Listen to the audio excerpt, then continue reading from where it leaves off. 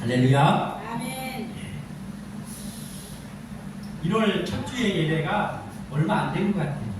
어떻게 지나갔나 모르는데 지나가서 벌써 송구 영신 예배를 통하여서 오늘 이 한 해를 하나님 앞에 감사하며 마무리하고 또 내년에 새로운 2026년을 맞이할 수 있다는 것이 정말 감사합니다. 그러면서 오늘 이 마지막 밤에 말씀을 나누면서 우리가 다시 한번 하나님의 말씀 앞에 서고 내년에도 역시 하나님의 말씀으로 살아가는 그러한 우리 한 사람 한 사람 되기를 소원하며 말씀을 나누고자 합니다. 이 매체를 통해서 보는데 그 한국인에 대해서 나와 있는 것 중에 한국인의 특징 중에 큰 특징이 하나가 있는데 그게 뭐냐면 세계 사람들하고 비교해 봤을 때 한국인에게서는 냄새가 나지 않는다라는 그러한 특징이 있습니다. 우리끼리는 뭐 서로 냄새가 나는 사람도 있고 좀 덜 나는 사람도 있지만 이 민족적으로 봤을 때는 한국 민족에게서는 냄새가 악취 같은 거 이런 게 안 난다고 하더라고요. 그러니까 이게 왜 그런가 하니까 이 유전자의 그러한 유전자를 지니고 있다는 거예요. 냄새가 나지 않는 유전자. 사실 우리가 외국인들을 하고 같이 이렇게 있을 때 보면 외국인들은 냄새가 나는 것을 저도 느낀 적이 많거든요. 근데 한국 사람들은 냄새가 별로 나지 않아요. 자, 그러면 그 냄새가 나지 않는 유전자를 지녔다라는 말은 뭐예요? 지녔다. 지니고 있다라는 것은 그 우리의 속의 바탕에 그 유전자가 있다라는 거예요. 우리가 뭐 향수를 뿌려가지고 냄새를 잠깐 가린 게 아니고 우리 속에 내재되어 있는 그 유전자가 있다라는 거죠. 그러니까 우리 바탕에 깔려 있는 거예요, 그게. 그래서 향수 따위로 냄새를 가리는 거하고는 비교할 수가 없는 거죠. 프랑스 사람 이런 사람들은 향수를 엄청나게 뿌리잖아요. 근데 프랑스인들은 냄새가 많이 납니다. 그래서 향수로 가리는 거하고는 다른 그러한 우리 마음, 우리 속에 내재되어 있는 그 유전자, 냄새가 나지 않는 유전자가 우리 한국 사람이에요. 자, 그러면 한국 사람에게 그런 유전자가 있는데 그러면 우리 사람의 속에 선한 유전자가 있는가? 선함이라는 것이 우리 속에 있는가? 자, 선하게 보이는 듯이 행세하는 거하고 착한 사람인 것처럼 행세하는 거하고 선한 마음을 속에 지니고 있는 거하고는 천지 차이입니다. 그러니까 착한 것처럼 행동은 하지만 마음은 정작 선하지 않은 그런 것하고 마음의 선함이라는 것이 내재되어 있는 것, 바탕에 깔려 있는 것하고는 천지 차이라는 거예요. 오늘 본문 시편 131편의 저자가 다윗입니다. 근데 이 다윗은 어떤 사람이었냐? 그 마음 속에 선한 마음이 내재되어 있는 선한 마음을 그 마음에 지니고 살아갔던 사람입니다. 그러니까 선한 것처럼 노력해가지고 된 게 아니고 다윗이라는 사람은 하나님 앞에서 선한 마음이 이 마음속에 탑재되어 있는 사람이었어요. 그래서 일평생을 하나님 앞에 신실하고 선한 마음으로 살았던 사람이 바로 다윗입니다. 그래서 하나님은 다윗의 그 주 앞에서의 또 사람 앞에서의 그 선한 마음을 항상 기뻐하셨어요. 다윗을 기뻐하신 이유가 그거예요. 그가 척하는 게 아니라 정말 그의 마음속에 하나님 앞에서 진실하고 선하고 겸손한 마음을 가지고 일평생을 살았던 사람이 다윗이다라는 거예요. 자, 우리는 그리스도인인데 그리스도인은 그러면 어떠냐? 그리스도인은 그리스도의 향기를 풍기는 삶을 살아야 되는데 그런데 우리도 마찬가지예요. 그리스도인이라서 조금 더 참고 조금 더 선한 것처럼 노력하고 그래서 되는 것이 아니라 마치 향수 뿌린 옷처럼 향수를 뿌려놓으면 그때는 냄새가 좋지만 시간이 흐르면은 향수 냄새는 없어집니다. 그러나 이 속에서부터 나오는 그 은은한 향기는 그건 없어지지가 않지요. 그런 것처럼 우리 그리스도인인 우리에게서 우리 마음속에서 그 그리스도의 향기가 계속 뿜어져 나오는 거하고 우리가 노력해서 그리스도인다운 것을 이렇게 해보려고 하는 거하고는 다르다는 거예요. 그래서 우리에게서 정말 그리스도인다운 그리스도의 향기가 속에서부터 뿜어져 나오기를 소원합니다. 그러나 속에 지닌 향기는 계속해서 뿜어져 나오는 건데 우리가 노력해서 하는 것은 계속해서 뿜어져 나오지는 않는다는 것입니다. 그럼 어떻게 하면 계속해서 그리스도의 향기가 뿜어져 나올 수가 있느냐? 그것은 우리에게서 그 마음속에 그리스도를 닮아가는 모습이 우리 마음속에 있어야 된다는 겁니다. 그러니까 우리가 그리스도를 닮지 않은 상태에서는 그리스도의 향기는 나올 수 없는 것이죠. 그런데 내가 먼저 믿음으로 그리스도를 닮아가는 마음을 가지고 있으면 그 마음을 가지고 있기 때문에 그 가지고 있는 마음에서 그리스도의 향기가 뿜어져 나온다는 거예요. 다윗은 하나님 앞에서 겸손한 것이 겸손하려고 노력한 것이 아니고 항상 하나님 앞에 겸손한 자세로 엎드려 있는 그의 마음에서 그 선한 마음과 겸손한 마음이 뿜어져 나온 거예요. 일평생 그랬습니다. 그는 양치기 시절에도 그랬고 왕이 되었을 때도 그랬고 대왕 다윗이 되었을 때도 마찬가지였습니다. 노년이 되어서 모든 인생을 누린 그때에도 다윗은 하나님 앞에서 여전히 겸손하고 선한 마음을 가지고 살았던 사람입니다. 그러한 다윗이 오늘 이 시편도 썼는데 이 다윗의 시를 보면은요, 다윗의 시에는 제목이라고 써 있잖아요. 무슨 시, 뭐 어떤 시, 어떠한 상황에서 쓴 시, 뭐 이런 제목이 붙어 있는데 보니까 다윗의 시 중에서 가장 많은 제목이 있는데 그게 뭐냐면 성전에 올라가는 노래라고 제목이 붙여져 있는 시가 가장 많더라고요. 성전에 올라가는, 오늘 이 시편 131편도 역시 성전에 올라가는 다윗의 노래입니다. 이 성전에 올라가는 노래라는 말은 뭐냐면은 하나님 앞에 가까이 나아가면서 찬송했다라는 거예요. 하나님 앞에 가까이 나아가는 것. 그러니까 꼭 교회에 가는 것, 이걸 성전에 올라가는 걸로 표현한 게 아니고 하나님 앞에 가까이 나오는 것을 성전에 올라간다라고 표현을 해서 하나님 앞에 가까이 나와서 찬양하며 드리는 노래라는 거예요. 그게 성전에 올라가는 노래입니다. 그러므로 성전에 올라가는 노래는 하나님 앞에서 숨김없이 자기를 표현한 노래이고 고백입니다. 그래서 다윗은 오늘 이 시편 131편을 통해서 자기의 마음을 숨김없이 하나님께 고백하고 있는데, 그런데 보면은 다윗은 사람을 의식하지 않고 하나님과 1대1의 관계에서 자기의 마음을 솔직하게 털어놓고 있는 것을 오늘 본문을 통해서 보게 됩니다. 성전에 올라가는 노래는 하나님 앞에서의 바른 삶을 계속 살 수 있도록 하나님께 고백함과 동시에 더불어 간구하는 노래입니다. 오늘도 다윗의 이 시가 그런 노래입니다. 그래서 오늘 이것을 우리가 몇 가지 살펴보면서 우리의 2026년이 하나님을 바라보는 성전에 올라가는 노래와 더불어 겉모습이 아니라 마음의 향기를 지니며 사는 한 해가 되기를 소망합니다. 오늘 말씀의 제목이 마음의 향기를 지니라는 겁니다. 그러니까 마음의 향기, 냄새나게 향수 뿌리는 거하고 이 속에 지니고 있는 거하고 다른 거예요. 그러니까 우리는 마음에 그리스도의 향기를 지닌 사람이 되기를 원합니다. 그러니까 그리스도의 향기를 비치는 것처럼 노력하는 것이 아니고 우리 마음 속에서부터 그 그리스도의 향기가 뿜어져 나오는 그러한 우리 모두가 되기를 소원합니다. 그러기 위해서 우리는 먼저 마음이 높은 곳에 있지 않아야 된다는 것이죠. 마음이 높은 곳에 있지 않아야 그게 가능하다는 겁니다. 다윗은 이 131번 이 시의 첫 구절 시작을 여호와여 내 마음이 교만하지 아니하고 오만하지 아니하며 라고 시작하고 있습니다. 교만과 오만은 비슷한 말이에요. 근데 교만이라고 총칭해서 교만하지 않다고 하나님 아버지, 제가 하나님 앞에서 교만한 마음을 가지지 않습니다. 이렇게 지금 다윗이 말하고 있어요.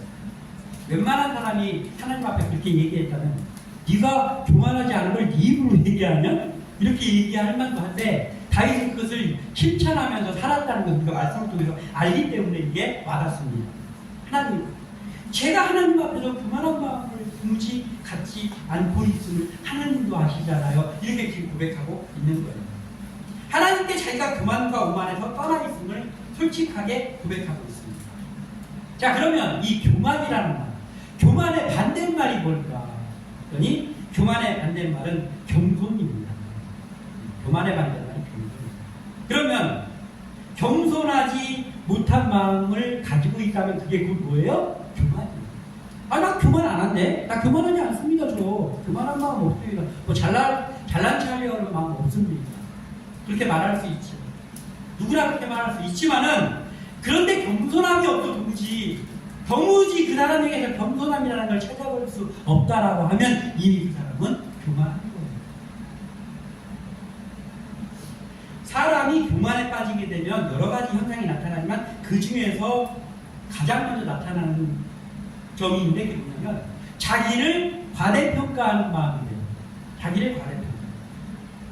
빌립보서 2장 3절에는 아무 일에든지 다툼이나 허용으로 하지 말고 오직 겸손한 마음으로 각각 자기보다 남을 낮게 여기고 아멘. 이렇게 기록하고 있어요.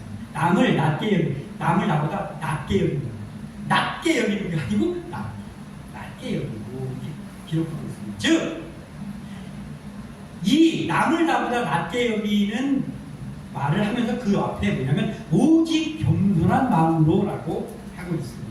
왜냐하면 이 겸손한 마음이 없는 자는 자기보다 남을 낮게 여기는 마음을 가질 수 없기 때문에, 그래서 겸손한 마음을 먼저 가지라는 거예요. 겸손한 마음이 있어야 이게 가능하다는 거예요. 다윗은 자기를 지금 자랑하는 자대로 하나님, 제가 교만하지 않고 오만하지 않습니다라고 하나님 앞에 자기가 셀프로 자기 자랑하고 있는 게 아니에요. 누구와도 비교하지 않고 하나님과 1대1의 그 앞에서 도저히 자기를 숨길 수 없는 하나님 앞에서 솔직하게 고백하는 거예요. 하나님 아버지, 제가 교만한 마음, 오만한 마음을 갖지 않습니다. 하나님 그거 아시잖아요. 하나님은 누구보다도 제 마음을 아시니 제가 그 마음이 없는 거 아시죠? 라고 지금 솔직하게 고백한 거예요. 그러나 겸손하지 못하고 마음의 교만이 자리 잡고 있으면 그때부터는 나도 모르게 자기를, 내 자신을 과대평가하면서 슬슬 교만이 나도 모르는 사이에 싹트게 됩니다. 그리고 그 교만이 커지면 어떻게 되냐면 하나님 앞에서조차 자기를 남과 비교하면서 높이려고 한단 말이에요. 즉 마음이 높은 곳에 가기 시작한단 말이에요. 처음에는 아무것도 아닌 것에서 시작하지만 나중에 교만이 하늘끝까지 닿게 되는 거예요. 우리 이거를 경계해야 됩니다. 누가복음 18장 11절에 바리새인은 서서 따로 기도하여.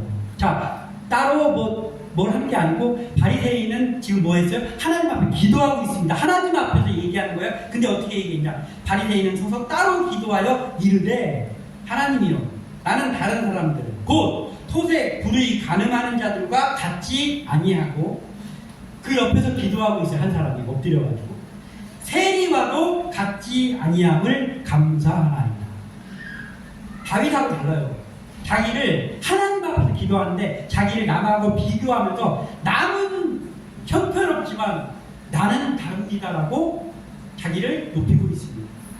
그런데 하나님께서는 그렇게 생각하시나요? 아니요. 여기 바리새인은 그렇지 않은 것을 감사한다고 하고 있는데 하나님께서는 지금 그 시간에, 바리새인이 이 고백을 하고 있는 이 시간에 누구의 기도에 귀를 열고 있었냐면 옆에서 엎드려서 소리 안 내고 기도하는 세리의 기도를 들어주시는 중입니다. 세리를 용서하고 계시는 중이에요. 바리새인에 비교하면서 남을 낮게 여기고, 낮게 여기는 게 아니라 낮게 여기고 자기를 과대평가하는 그 기도를 하나님께서는 달갑게 받으시지 않습니다. 우리의 기도가 하나님 앞에 기도하는 것도 중요하지만 우리의 기도 속에 하나님과 나와의 1대1의 관계에서 하나님 앞에서의 고백으로 이루어진 기도가 있기를 남과 비교하거나 나를 높이려는 마음 가운데 심지어는 하나님 앞에서조차 그러한 마음을 가지는 그러한 마음이 되지 않기를 합니다. 자기와 남을 비교하는 마음의 출발이 있을 거 아니에요. 자기와 남을 비교하는데 그 마음에 출발선이 있을 거란 말이에요. 그 출발선은 뭐예요? 남보다 자기가 낫다. 내가 더 낫지 뭐라보다는 하는 자기를 높이는 마음이 있기 때문에 비교가 이루어지는 거예요. 비교하면서 저 사람은 나보다 훨씬 훌륭하지만 나는 아무것도 아닌데 이렇게 그렇게 할 사람은 비교를 안 하겠죠. 보통 남과 자기를 비교하는 경우는 대부분이 뭐냐면 이거예요. 저 사람은 저렇게 하고 있지만 저런 일을 하고 있지만요. 저는 다릅니다. 이거거든요. 그러니까 남보다 내가 낫지 않습니까? 라고 할 때 비교가 나오는 거예요. 대부분이 그렇습니다. 비교라는 거. 그래서 자기를 남과 비교하는 일은 자기 과대평가의 전형적인 모습입니다.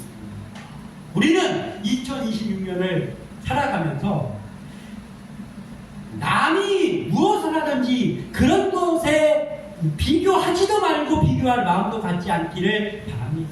그리고 어떻게 하느냐? 다윗처럼 그냥 하나님 앞에 가까이 나가서 하나님 앞에서 내 모습을 숨김없이 내려놓으면서 하나님 계속 이렇게 하나님 앞에서 제가 신실하게 살아갈 수 있도록 하나님 저 좀 도와주세요라는 하나님과 1대1의 관계가 많아지는 우리가 되기를 소원합니다. 우리의 모습이 오직 하나님 앞에서 겸손하고 남을 나보다 낮게 여기는 주님의 겸손을 닮은 삶이 되기를 소망합니다. 하나님과 사람 앞에서 겸손함을 계속 유지하는 것, 그게 바로 그리스도의 향기를 지니는 마음입니다. 이 마음이 우리에게 있기를 소원합니다. 그리고 욕심을 쫓는 마음을 경계해야 된다라는 거예요. 욕심을 쫓는 마음. 그래야 우리가 그리스도의 향기를 지니고 살 수 있다. 다윗은 오늘의 이 시편 131편을 통해서 고백한 말이 제가요 교만한 마음, 오만한 마음 갖지 않습니다. 하나님 아시잖아요. 라고 한 이 고백들이 신빙성이 가는 이유는 뭐냐면 우리가 말씀을 통해서 다윗의 일대기를 보면 그렇게 하나님 앞에서 고백할 만한 삶을 살았다는 거예요. 그게 그의 삶을 통해서 그걸 증명해낸 사람이 다윗입니다. 오늘 본문 1절에 제가 교만한 마음과 오만한 마음을 갖지 않습니다 하고 나서 1절 하반절에 다윗이 뭐라고 고백하고 있는 거예요. 내가 큰 일과 감당하지 못할 놀라운 일을 하려고 힘쓰지 아니하나이다. 이렇게 고백합니다. 힘쓰지 아니하나이다. 이 말이 로힐라크티라는 단어입니다. 로힐라크티. 근데 이 뜻이 뭐냐면 내가 내 자신을 그곳에서 걷게 하지 않았다. 이런 뜻입니다. 내 판단과 야망을 버리고 하나님의 섭리에 순종하는 자세를 표현하는 단어입니다. 힘쓰지 아니하나이다. 헛된 것에 힘쓰지 않는다는 거예요. 하나님이 보시기에 교만으로 여길 만한 곳에 내가 거기서 얼쩡거리지 않는다는 그런 의미입니다. 제가요 교만에 내 발이 서성거리게 내 자신을 거기에 걸어다니게 하지 않겠습니다. 이런 뜻입니다.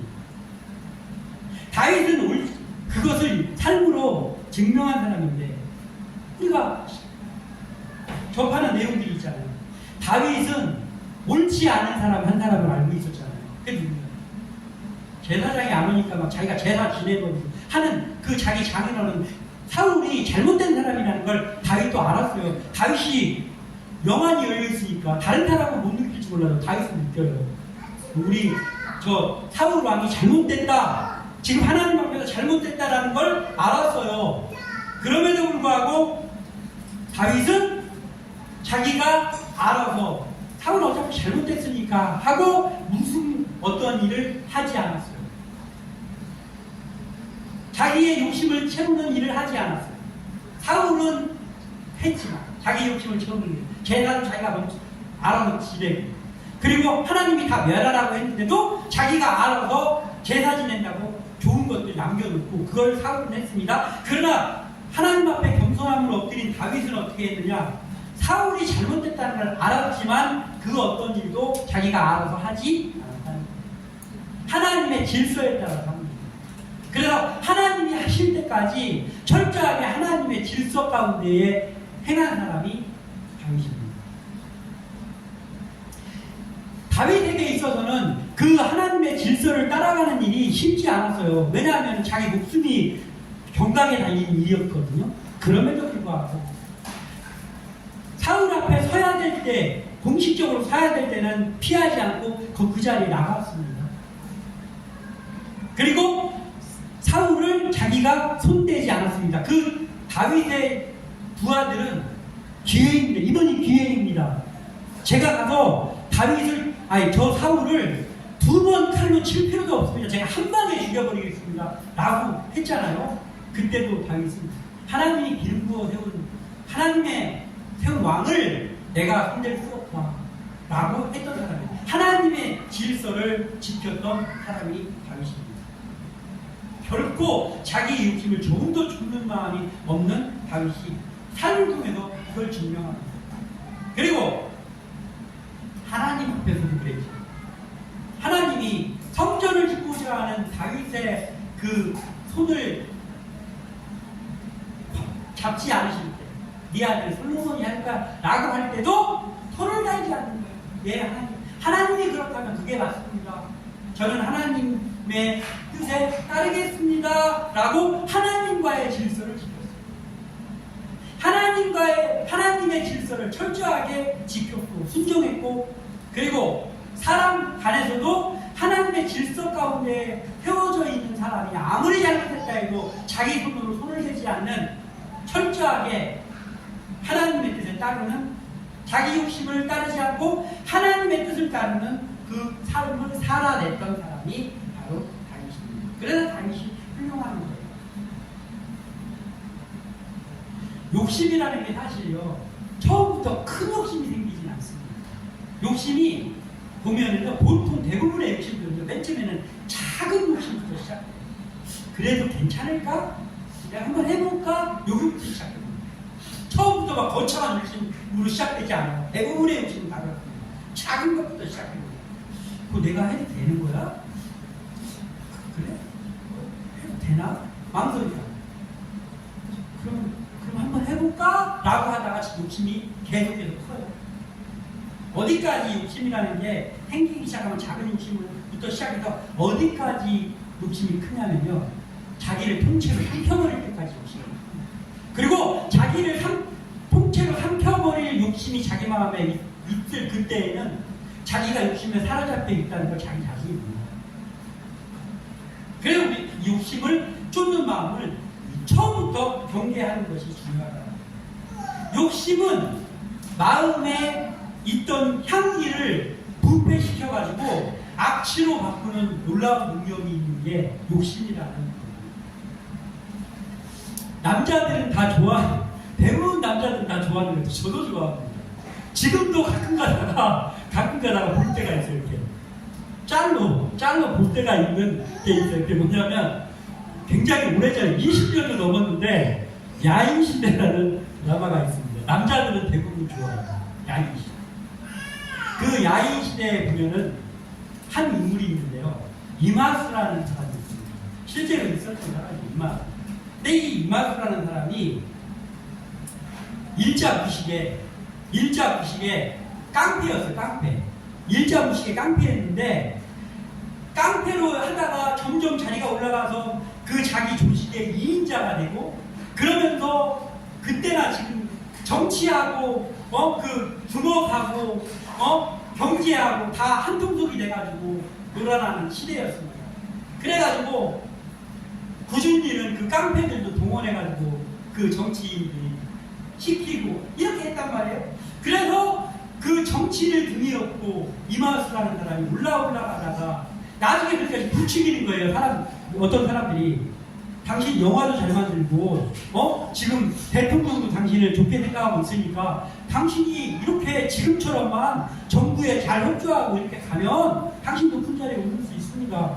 당신이 영화도 잘 만들고 문화사업에 지금 일조하고 있는데 당신이 문교부 장관 나중에 될지 어떻게 알아? 하면서 한 사람이 그런 얘기를 처음 시작을 했습니다. 그러면서 그 얘기를 자꾸 하는 거예요. 왜냐면 말을 잘 듣더라고요. 그랬더니 이마수가 처음에는 제가 제가 무슨 아이 이렇게 해요. 근데 그 말을 듣고 그 날 밤에 계속 그 생각. 문교부장 일자 보시면 깡패인데 문교부장 이게 계속 생각나. 그러더니 나중에는 자기 직원들한테 야 너희들 일 똑바로 해. 너 네 이마수가 말이야. 내가 남들 다 하는데 내가 이렇게 권력 있고 한데 내가 이렇게 영화도 잘 만들고 한데 내가 문교부장만 못하라는 법 있어? 이렇게 돼야지. 못하라는 법이냐고 문교부장만 까짓거 이마수가 할 수 있지. 이렇게 했습니다. 근데 역사에 이마수라는 문교부장은 없어요. 그건 뭐예요? 이마수가 문교부장은 못 됐고 그 얘기 한 다음에 얼마 되지 않아서 형장의 일을 사형당했어요. 형장의 일로 사라진 인물이 이마수입니다. 누군가가 조금 부추기는 당신 잘하고 있어요. 부추기는 거기에 처음에는 솔깃 하다가 내가 못하고 있어까지 올라갔다. 자기를 통째로 삼킬 때까지 올라가고 결국은 형장의 이슬로 사라집니다. 이 사람에게 욕심이 생기면 그만큼 투해지는 거예요. 사람 욕심을 쫓아가는. 그래서 우리는 작은 욕심이 생길 것 같아 그때부터 싹을 잘라버려야 돼. 욕심에 싹을 잘라버리는 일을 잘해야 됩니다. 그리고 이게 사람이 어떤 욕심에 사로잡히면 어떻게 되냐면요. 하나님보다도 더 부지런해져요. 욕심 있고 무슨 자리를 쫓는 사람은요 부지런합니다. 의외로 부지런해요. 그 자리를 차지하는 거예요. 욕심이 이끄는 부지런함이라는 게 있단 말이에요. 근데 이거란 말이에요. 지금 다윗이 잘 가고 있다라는 그러한 말이죠. 우리도 이런 고백이 있기를 소원합니다. 그래서 욕심을 쫓는 마음을 우리는 도무지 작은 욕심이라도 마음을 버리고 내려놓고 늘 하나님보다 한 발 뒤에서 겸손하게 주님의 길을 따르는 그러한 우리의 모습이 우리의 마음이 그리스도의 향기로 그 마음을 지니고 살아가는 행보가 되기를 소원합니다. 그리고 한 가지만 더 보자면요. 주 앞에서 자족하는 마음을 지녀야 됩니다. 주 앞에서 자족한다라는 건 스스로 만족한다는 거예요. 자, 엄마의 젖을 먹는 어린아이가 있잖아요. 우리 여기 이도가 이 중에서 가장 최근까지 분유나 또는 엄마의 젖을 먹은 아이인데, 예? 이 엄마의 젖을 먹는 어린아이는 그 엄마의 젖의 양이 충분할 때 만족하죠. 그런데 뭔가 그 양이 부족하면은 그때는 보채고 울잖아요, 아기들은. 젖을 충분하게 먹은 이 어린아이는 어떻습니까? 만족한 마음을 가지고 엄마의 품속에서 편안히 잠도 자고 그리고 무럭무럭 잘 자라게 됩니다. 이것처럼 우리도 하나님 안에서 자라야 되는 거예요. 그러면 우리 각자에게 마음속에 물어보세요. 나에게 하나님의 자녀인 지금 나에게 하나님의 은혜가 어떻게 느껴지고 있는가 라는 것을 우리가 점검해 봐야 됩니다. 나에게 지금 하나님의 은혜가 어떻게 느껴지지? 하나님의 은혜가 나에게 만족스러운가? 나에게는 항상 하나님의 은혜 하긴 하는데 그 은혜가 없는 것 같아. 부족한 것 같아. 그럼 라는 것들을 우리가 돌아봅니다. 우리의 마음속에서 하나님이 나에게 부어주는 그 은혜가 만족함으로 다가오는 주의 사람들 되겠습니다. 예수의 향기를 지니고 있어야 먼저 그리스도의 향기를 우리 마음속에 지니고 있어야 그때 주님의 은혜가 만족함으로 느껴집니다. 우리의 마음속에 도무지 그리스도의 향기가 없어. 그러면 우리가 만족함이 느껴지지 않는다는 거예요. 애들이 배가 불러가지고 어린아이가 배가 부르고 젖을 많이 먹었기 때문에 만족하는 것도 있지만 그보다 더 큰 만족은 아이들이 왜 만족하고 평온함을 어디서 제일 많이 느끼냐면 엄마 냄새에서 느낍니다. 엄마의 품속에 있으면 엄마의 향기가 나고 엄마의 향기 그것이 아이를 평온하게 하고 만족하게 하는 1번이 1번. 그리고 거기서 배가 부르면 더 좋지. 그런 거예요. 그러니까 엄마가 아이를 안고 있으면 아이에게는 엄마의 냄새가 나잖아요. 그리고 또 그 아이를 안고 있는 그 엄마에게 또 아기 냄새가 나는 거예요. 그게 서로 통하는 거예요. 그래서 아기가 엄마의 냄새가 자기에게서 가까이에서 느껴질 때 그때 만족감을 느끼고 고요하게 쉴 수 있는 거예요. 그래서 우리 마음속에 그리스도의 향기가 있어서 그리스도의 향기가 내가 느껴질 때 그때 내가 만족할 수 있어요. 그런데 왜 하나님의 은혜가 만족이 안 되느냐? 그게 왜 그러냐면 내가 하나님 앞에 가까이 지금 안 있는 거예요. 하나님 앞에 가까이 안 있으니까 내가 하나님의 향기가 나에게 느껴지지 않는 거예요. 그래서 만족스럽지가 않은 거예요. 하나님이 공급해 주는 거예요. 그래서 우리가 하나님 앞에 가까이 가는 일이 중요합니다.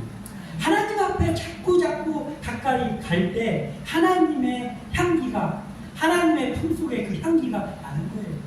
그러면 그때 하나님 때문에 만족합니다 라는 고백이 그때 비로소 나옵니다.